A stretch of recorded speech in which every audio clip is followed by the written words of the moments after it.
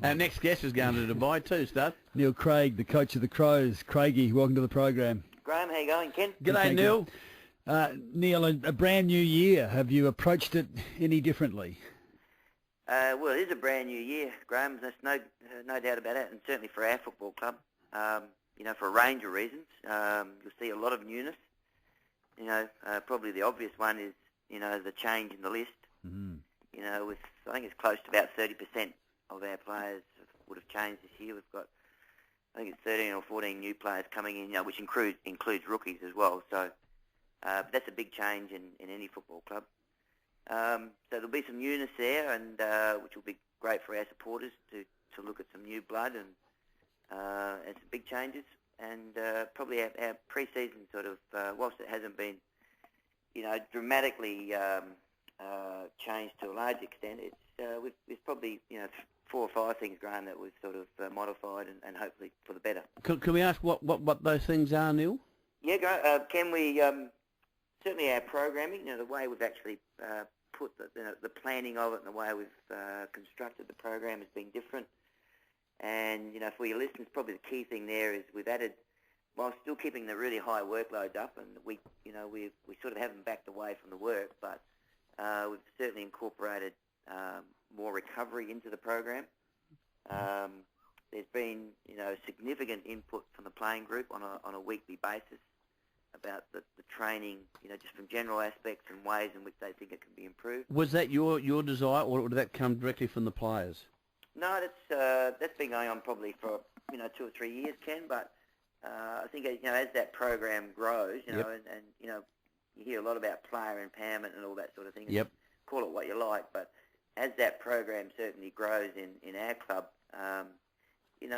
levels of trust increase, and understanding of responsibility, and players having the confidence to put their views forward increases as well. So.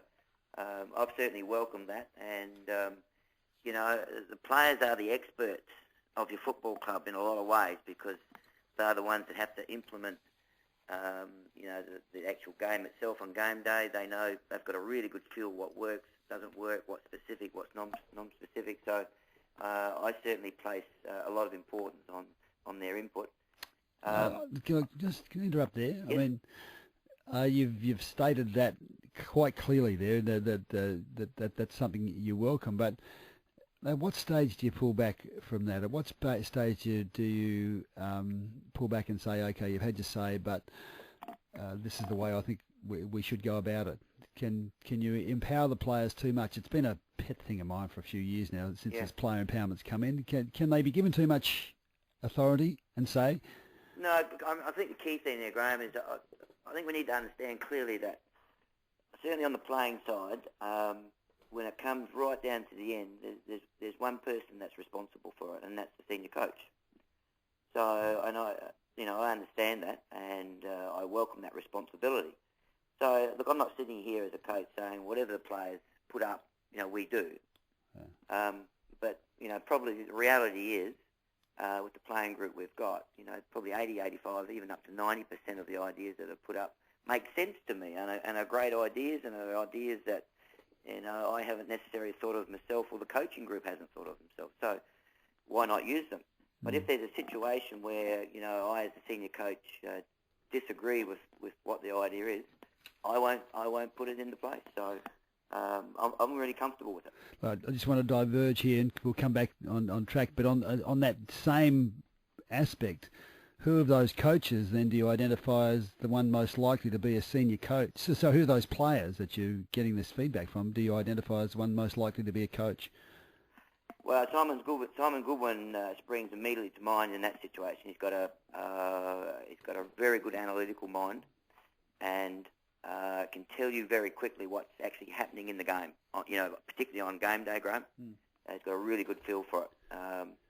So, he comes to mind, but he's a 31, 32-year-old that's played a lot of football in the midfield. If you go down the other end of the continuum in our senior leadership group, Ben Rutten certainly has got a very good feel for the game as well, just as Nathan Van Berlo. So there's a range of players, but, the more you talk to them and the more they get the opportunity to have an input, they've got some great knowledge. And, I want to access that knowledge for sure. Neil, the question being asked by a lot of Crow supporters is, with the forthcoming season, now that that Scotty Welsh has gone, who's going to kick the goals for and Roo, of course, who's going to kick the goals for the Crows? Yeah, well, if you look at our list, Ken, I mean, I can understand that question being asked, but sitting here, I mean, that's probably one of the unknowns of the season, and of course the unknown is often the exciting part of it. Yep. So I can't sit here at the moment and say, look, this guy will, we're looking for him to kick 40 or 50 goals. What I can say to our supporters is that all of a sudden, a Kurt Tippett and a James Seller, with their performance on the track this year, have taken enormous strides. You got Brett Burton, who's completed his whole, probably his first full pre-season for the last 4 or 5 years. Yep. We've been actually putting up Simon Goodwin, McLeod and Edwards are spending more time up in the forward line. Bernie Vince is now a great opportunity for Bernie Vince to look at that and get that opportunity. We saw Jason Porplesia last year. Yep. Some of the things that he can do. I love him. Yeah. I was really pleased. I was able to see the finals in the SANFL and some of the football that Richard Douglas played for Glenelg in particularly a couple of their last quarters. Suggested to me very clearly that Richard's ready to step up to the next level. So, look, you got Nathan Bock, you got Scott Stevens, who can go up and back. So, I know Ken, I haven't even spoken about any of the guys we've drafted yet. We've got a young guy called Jaram Jackie, who, if you get an opportunity to get him on the show, I mean, you'll love talking to him. But Yeah, they tell me he's terrific. So someone told me yesterday, when I was the day before, he's going to kick 50 goals this season. Yeah, he did. Yeah, and a well-respected person said that. No, I think it was Stephen Rowe. Yeah, well, we Rowe can get a bit carried away.